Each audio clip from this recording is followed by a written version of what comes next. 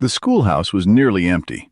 Emily Foster moved between the rows, straightening slates and gathering the last of the primers into a stack. Outside, the afternoon light had gone long and gold across the floorboards. Most of the children had scattered home already, chased out the door by an early autumn wind. Nora Harwood was still there, perched on the bench nearest the window, her legs swinging just above the floor. Emily glanced at her. "Does your father usually come for you?" "When he can," Nora said. "He works a lot?" Nora nodded. "But he always comes for me." She said it plainly, the way a person states a fact about the weather. Emily smiled and went back to the slates. "Do you have a husband?" Nora asked. Emily looked up, caught off guard. "No." "Why not?" "I suppose I haven't met him." Nora considered this with great seriousness. "My papa doesn't have a wife either." A pause. "And he's very handsome." "I'm sure he is," Emily said, humoring her. "Very." "I'm convinced." Nora's eyes went to the window and her whole face lit up. "That's him!" She was off the bench and halfway to the door before she turned back, seized Emily's hand and pulled her along. Daniel Harwood was just stepping down from the buggy, his coat still faintly dusted from the lumberyard, plainly hurrying. Nora towed Emily straight up to him and stopped, satisfied between them both. "See? I told you my papa was handsome." Daniel went very still. Emily pressed her lips together, trying not to laugh. "You've been discussing my appearance at school?" Daniel asked. "Only with Miss Foster." He turned to Emily, already apologizing. She waved it off. "I've had a very thorough introduction already." "Have you?" "I told her about the lumber company, too," Nora added. "Of course you did." A beat passed. Nora looked between them both, entirely pleased with herself. "I told you she was pretty, too." Neither adult had anything to say to that.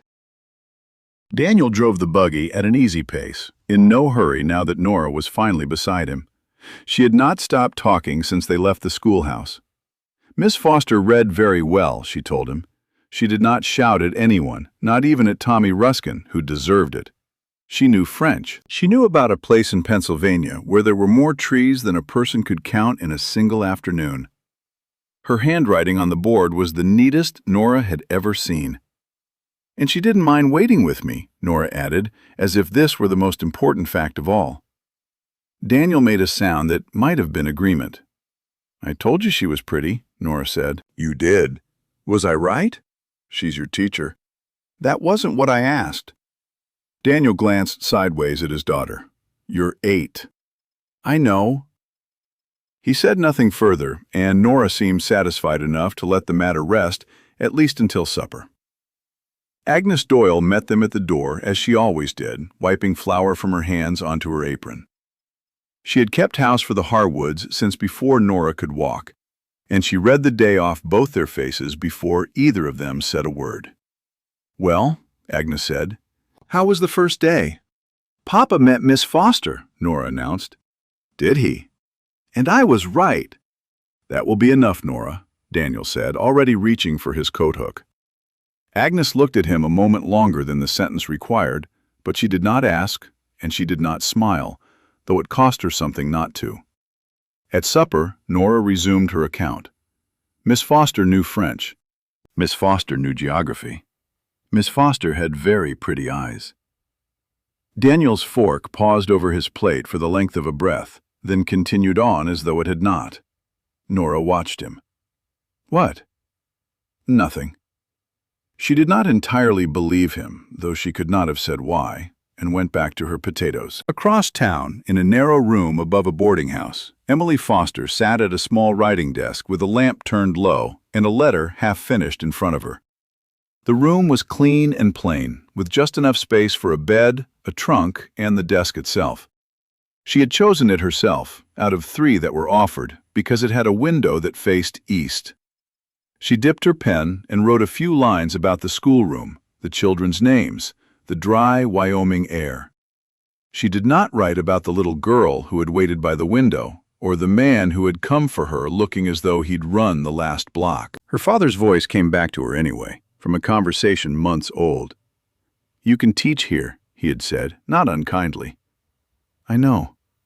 Then why Wyoming? Because I've never been there.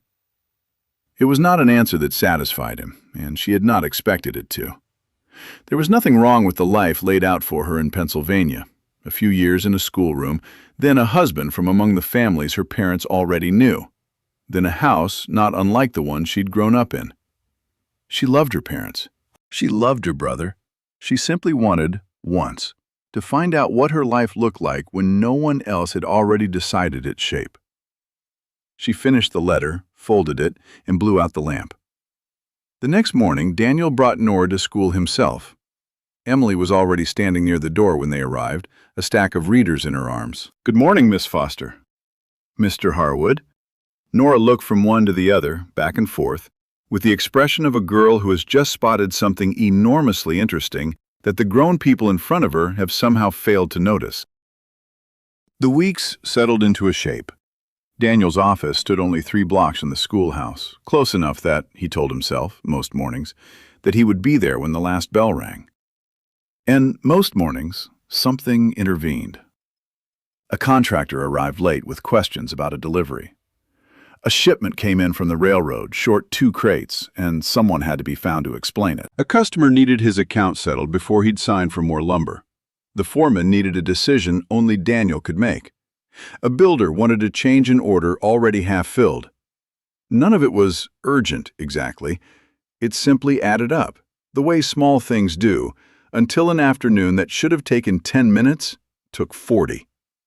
One such afternoon, Emily looked up from the book she was straightening to find Norah still at her usual place by the window. "Does your father know school let out?" "He knows." "Then where is he?" Norah considered the question with the calm of long experience. Probably telling someone 5 more minutes. He arrived nearly 20 minutes later, coat still buttoned wrong from the haste of putting it on. "I'm sorry," he said. "You don't have to apologize every day," Emily told him. "Was it 5 minutes?" Norah asked. 20. I knew it. In the gaps between the bell and Daniel's arrival, Emily and Norah fell into an easy rhythm. They stacked the readers. They wiped the chalk from the board. Emily helped her puzzle through a stubborn sentence in her primer. Norah, in turn, asked about Pennsylvania, whether the winters were colder, whether Emily had a dog, whether people there talked the way she did. She told Emily about Agnes, about the way the kitchen smelled on baking days, and, with no apparent sense that she was giving away a secret, that her father could not tie a ribbon properly to save his life. "He tries," Norah said, with the weary patience of someone twice her age.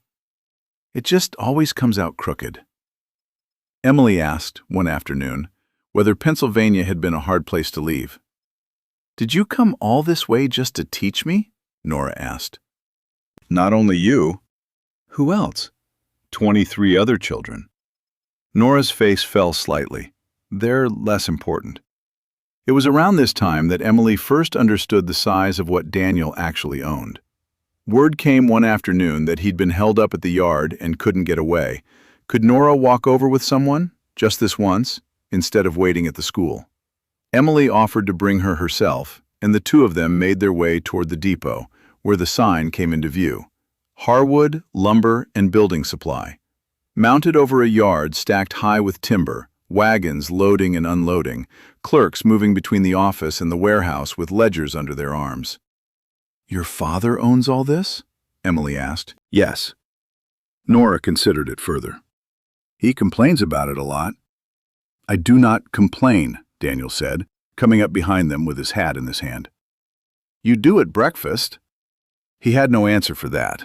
It was full dark earlier now, and one evening Daniel found Emily preparing to walk back to the boarding house alone.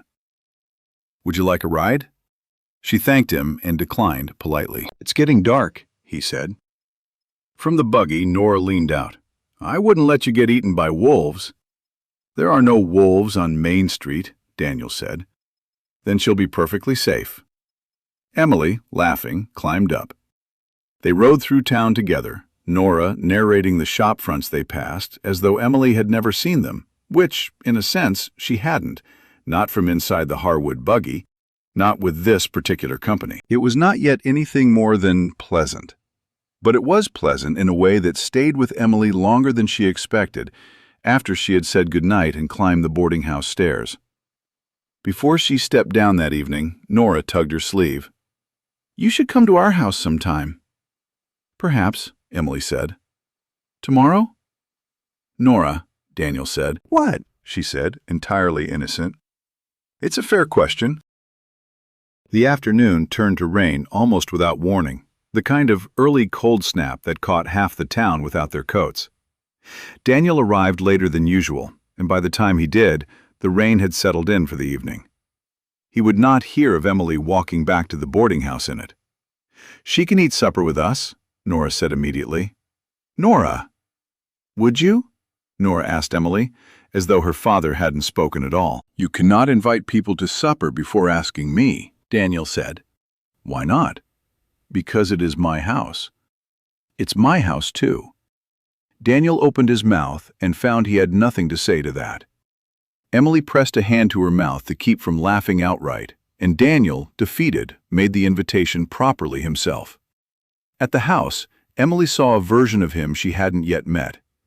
He shed his coat at the door, rolled his sleeves, and knelt without a second thought to work Nora's wet boots off her feet. He asked Agnes if the wood box needed filling.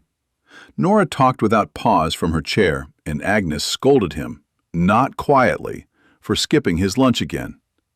Before they sat down to eat, Nora dragged Emily into the parlor to show her a drawing she'd been working on for days.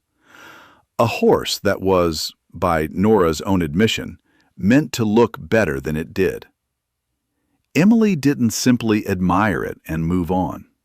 She sat down properly, asked what had gone wrong with the legs, remembered offhand that Nora had mentioned trouble with proportions back at school, and helped her fix it just enough that Nora could finish the rest herself. Daniel stood in the doorway a while, unnoticed, coat still half off one shoulder. Emily never once looked up to see if he was watching. That, more than anything else so far, was the part he found he couldn't stop thinking about. At the table, Nora studied Emily with great interest. "Miss Foster, do you cook?" "That is not something you ask a guest," Daniel said. "Why?" "Because it isn't." Nora abandoned the question without complaint. "She can read French." "I know. You don't know French. I am painfully aware." When the meal was finished, Agnes sent Nora up to fetch her wrap, since the ride to the boarding house would be a cold one. Nora took the stairs 2 at a time, and from the landing, before anyone could stop her, she called down at the top of her voice. "Papa thinks she's pretty." Daniel closed his eyes. Emily studied her hands with great concentration. "I didn't ask," Agnes said, not looking up from the table. Nora reappeared a moment later, wrap in hand, entirely unbothered, and the 3 of them rode together through the rain to the boarding house. Daniel said very little the whole way. Emily did not help him by pretending she hadn't heard. "You can come again," Nora told her as she climbed down. Emily glanced at Daniel. "Only if you're invited properly next time," he said. "You can invite her," Nora said, already halfway back into the buggy. Once Nora was finally asleep and the house had gone quiet, Daniel found Agnes still in the kitchen, drying the last of the supper plates. "She seems nice," he said. "She does." Agnes set the plate in its place. "She likes Miss Foster." "Nora likes people." "Not all of them," Agnes said, and left it there, because she did not need to say more, and Daniel did not ask her to. The school held a recitation afternoon for the parents, and Daniel promised Nora he would come. She tried very hard to act as though this did not matter to her, but Emily noticed her checking the door more than once during the readings, her eyes flicking up and then quickly back down to her hands. When her name was finally called, she rose stiffly, glanced once more at the empty doorway, and began. She was 2 lines in, her voice a little tight, when the door eased open behind the last row of benches. Daniel stepped in as quietly as he could manage, hat already off, coat dusted faintly with sawdust, and stayed where he was rather than pushing forward to a seat. Nora saw him. Something in her shoulders let go all at once, and her voice steadied for the rest of the piece, not perfect, but hers, delivered the way she'd practiced it at the kitchen table. Emily, watching from the side of the room, found she was no longer watching Nora at all. Afterward, He crouched down to her level and apologized for being late. "You came," she said, as though that settled the matter entirely. And, in a way, for her, it did. Emily, watching from a few feet away, found herself thinking that a man could be forgiven a great many missed minutes if his daughter never once doubted whether he would show up at all. Emily came to supper again that evening, the invitation offered plainly this time, no scheming required. Partway through the meal, with Daniel listening to Emily describe one of her more difficult students, Nora set down her fork. "Papa?" "What?" "You're staring." "I am not." "You tell me staring is rude." "Eat your potatoes," Daniel said, and Emily bent over her plate to hide her smile. It would not be the last time. In the weeks that followed, whenever Nora said something that landed too close to true, Daniel's answer was always some variation of the same: "Eat your supper, eat your potatoes, finish your milk," until it became, without either adult quite deciding to allow it, something of a joke between the three of them. Nora grew drowsy well before the evening ended, and Agnes carried her up to bed. Daniel offered to see Emily home himself, and this time there was no small voice from the back of the buggy to fill the silence. The quiet sat differently with just the two of them in it. "Does she always say exactly what she's thinking?" Emily asked. "Unfortunately." He was quiet a moment. "She gets that from her mother." It was the first time Catherine had come up plainly between them, without either of them steering carefully around her name. Daniel did not deliver a speech about loss. He offered small things instead, that Catherine used to sing while she worked, that Nora remembered only pieces of her now, that Nora had cried for a solid week once, as a very small girl, over how badly her father tied a ribbon, until he'd finally sat down with Agnes and made her teach him properly. "Does Nora remember much of her?" Emily asked. "Less than I wish she did." He said it simply, without asking for sympathy and without apologizing for saying it at all, and Emily understood, without either of them putting it into words, that Catherine was not a subject he needed protecting from. The buggy slowed in front of the boarding house. Emily climbed down.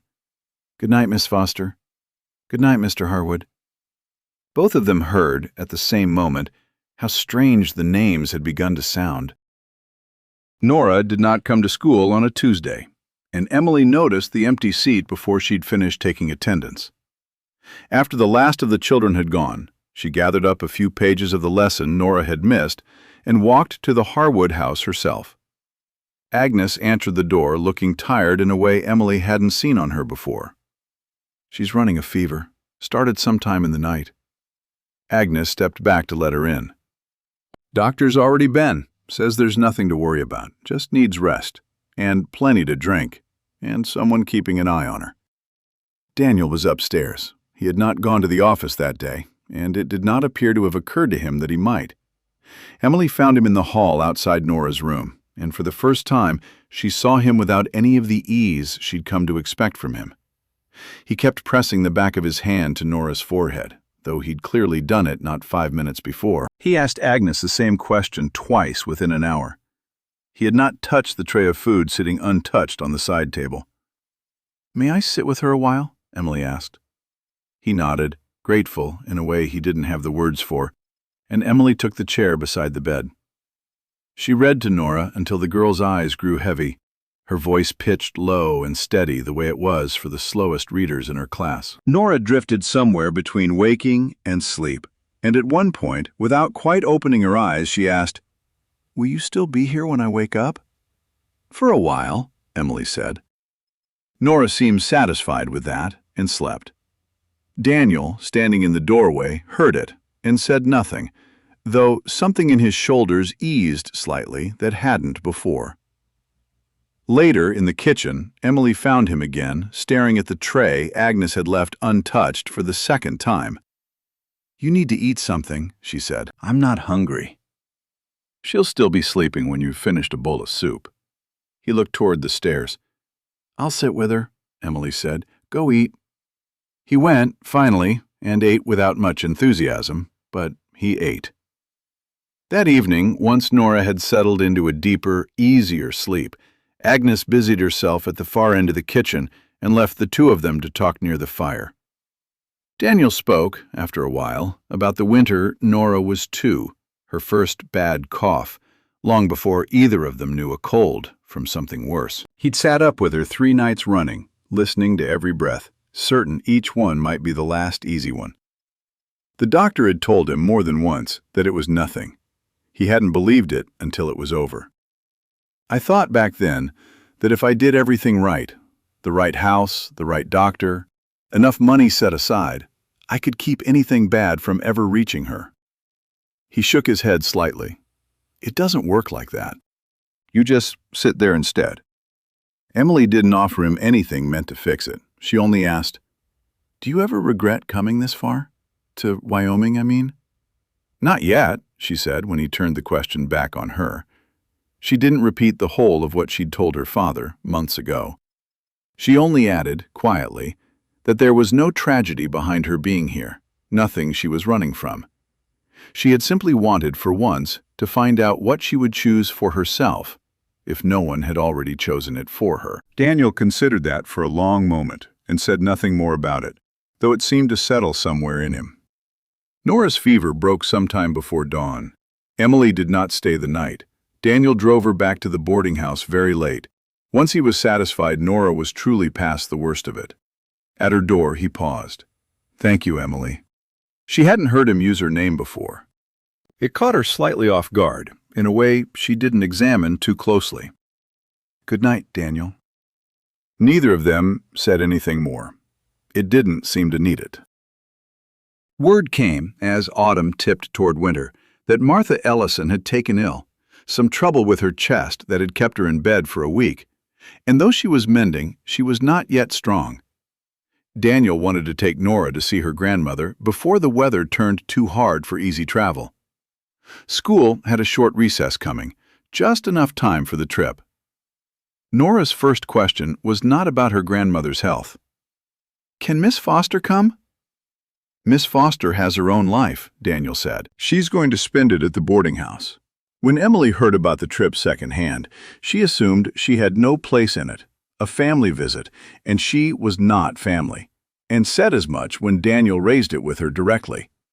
"Nora would enjoy the company," he said. Emily glanced at Nora, who was suddenly very absorbed in something on the far side of the room and not listening at all. "Would she?" "She's mentioned it," Daniel said, which was true, though it was not the whole of his reasoning, and both of them seemed to understand that without either saying so. The train ride took most of a day.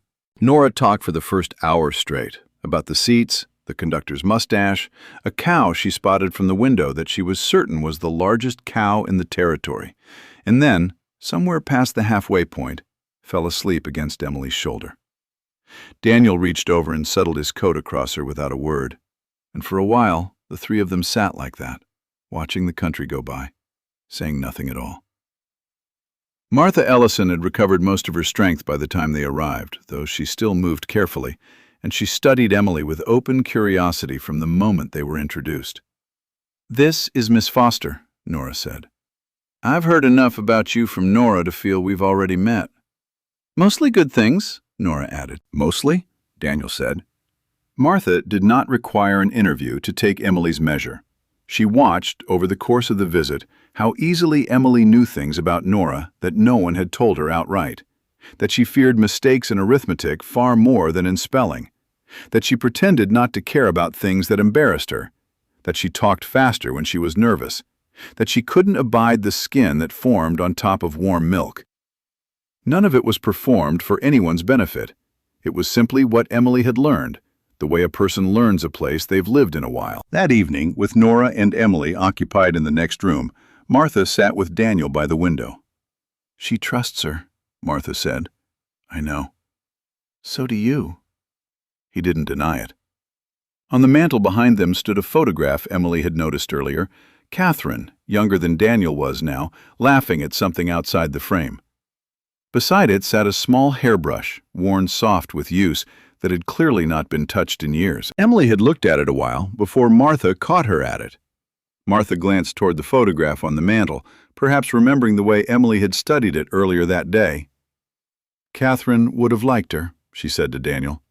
"Not because she resembles her. She doesn't, not really. It was the only time Catherine's name came up all evening, and it did not need to be more than that. Daniel thought of the ribbon he'd once described to Emily, of Nora's hair, of a thread running quietly from the woman in the photograph down through the girl sleeping in the next room, and understood, without needing it explained again, that nothing here was being replaced, only carried forward. The next morning, the four of them took breakfast together at Martha's small table. Nora, still half asleep, pushed the skin off the top of her warm milk without being asked, and Emily slid the bowl a little further from her before she had to say anything about it. Daniel buttered toast and passed it to Nora without looking up from his coffee, the way he might have done it 100 mornings before. Nora asked Emily something about the ride home, and Daniel answered before Emily could. "I asked Miss Foster," Nora said. "My apologies," Daniel said, not sounding sorry at all. Martha sat across from the three of them, saying little, watching a good deal. They stayed through that day and left before dawn the following morning. Nora slept again on the train, curled against the window this time, and Daniel and Emily talked quietly over her head about nothing in particular. The weather ahead, a book Emily had promised to lend her, whether the depot back home would still be standing in the cold. It was an ordinary conversation, but something in the space between them had drawn closer over the 3 days, in a way neither of them tried to name. Agnes met them at the door when they finally arrived home. "How was the visit?" "Grandmother likes Miss Foster," Nora reported. "Does she?" "Everybody does." "Not everybody," Daniel said. Nora considered this correction and dismissed it. "Everyone important." By midwinter, Emily was at the Harwood table often enough that Agnes had stopped asking whether she'd be staying for supper. One evening, Emily arrived to find a place already set for her, without anyone having mentioned it beforehand. "Supper's nearly ready," Agnes said, as though this required no explanation. And it didn't. No one at that table thought of her as a guest anymore. Nora overheard it by accident, one of the other mothers, lingering after school, asking Emily whether she meant to go back to Pennsylvania once the term ended. "I haven't decided yet," Emily said. To a grown person, it was an ordinary answer. To Nora, it contained exactly 2 facts worth keeping. Pennsylvania. Hadn't decided. Which meant, as far as Nora could work out, that Miss Foster might leave. She waited until the woman had gone, then asked outright, "Are you going away?" Emily looked at her. "I don't know yet." "But you live here." "For now." Nora's chin set the way it did before real trouble. "Can't you just stay?" "I might," Emily said gently. "Then say you will." "I can't promise something I don't know myself." Nora considered this and found it thoroughly unsatisfying. "Don't you like it here?" "I do." "Don't you like me?" That one landed harder than Nora meant it to, or perhaps exactly as hard as she meant it to. "Oh, Nora," Emily crouched down properly to meet her eyes. "Of course I do." "Then why would you leave?" Emily didn't have an answer that would satisfy an 8-year-old, and didn't try to invent one. That evening, Daniel was going over accounts by the fire when Nora appeared in the doorway in her nightgown. "Papa?" "Miss Foster might go back to Pennsylvania." Daniel set down his pen. "Did she say that?" "She said she hasn't decided." "That's not quite the same thing." "It is," Nora said. "If she decides wrong." He had no answer for that. "Can you make her stay?" "No." "Why not?" "Because that isn't mine to decide for her." Nora thought this over. "You're her friend." "I hope so." "Then ask her." Daniel said nothing. "You ask people things all day long." "Not things like this." "Why?" He didn't have a way to explain it to her that wouldn't require explaining several other things he wasn't ready to say out loud. "I want her to stay," Nora said finally. "I know." "Don't you?" He looked at his daughter for a long moment. "Papa?" "It's time for bed." "That's not an answer." "I know." She let herself be sent up, unsatisfied, and Daniel sat a while longer without going back to his accounts. He wanted her to stay, Nora wanted her to stay. But neither of those things gave Emily a reason she owed them. Agnes noticed the change in him before he said a word about it. "You're doing it again," she told him. "Doing what?" "Thinking so hard you've mistaken it for action." He didn't have an answer for her either. A few evenings later, walking Emily to the buggy, he finally asked, "Will you stay another year?" "The board has asked me to." "And?" "I haven't answered." "I hope you stay," he said. Emily waited for something more. Nothing came, and she told herself it didn't matter, and said goodnight before either of them could make it worse. Nora was waiting up when he got home, perched on the stairs in her nightgown. "Did you ask her?" "I asked if she was staying." "That's not what I meant." "I know." Nora stared at him for a moment, plainly disappointed, then shook her head and went upstairs without another word.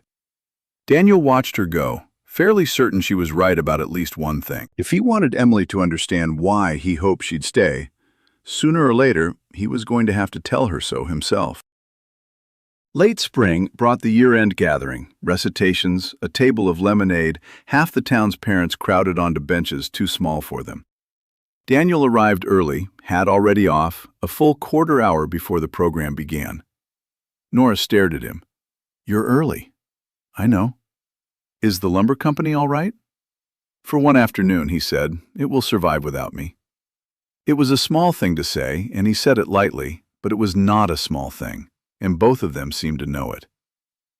Afterward, Agnes gathered Nora up with two other families heading home early, leaving Daniel and Emily to walk the long way back through town together, the evening still bright and unhurried around them. They walked some distance before either spoke. "I never asked you to stay," Daniel said finally.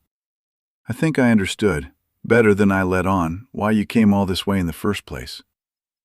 "Then you misunderstood one thing," Emily said. "What's that?" "Coming here was my choice." She glanced sideways at him. "Staying could be one too." He let that settle before he asked the next thing, and when he did, his voice had lost some of its lightness. "And the school?" She understood exactly what he meant. "The board's offered me another term." "I know."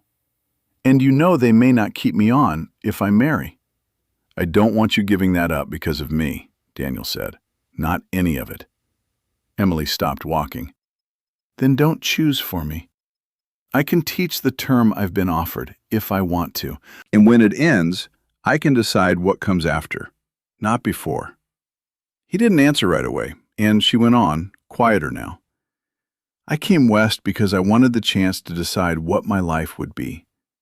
That was the whole of it. I knew, when I did, that some choice or another would close a door somewhere that was never going to stop being true, whatever I chose." She looked at him directly. "This is still my choice, Daniel." He reached for her hand, and she let him take it. And for a while, neither of them said anything else at all. Nora noticed something different at supper that evening, though she couldn't have said exactly what. She studied her father across the table for a long moment. "Papa?" "Eat your supper."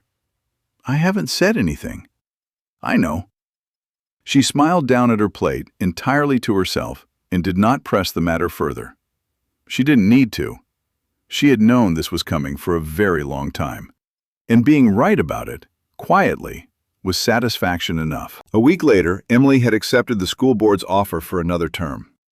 For the first time in longer than he could remember, Daniel had trusted his foreman to run the yard without him, and 3 tickets east sat on the parlor table, waiting for the day they'd be used. They meant to visit Pennsylvania before the summer was out. Daniel wanted to meet her parents, her brother, and see the town she'd grown up in and left behind. One evening, on the porch, he raised the matter as though it were only a practical question.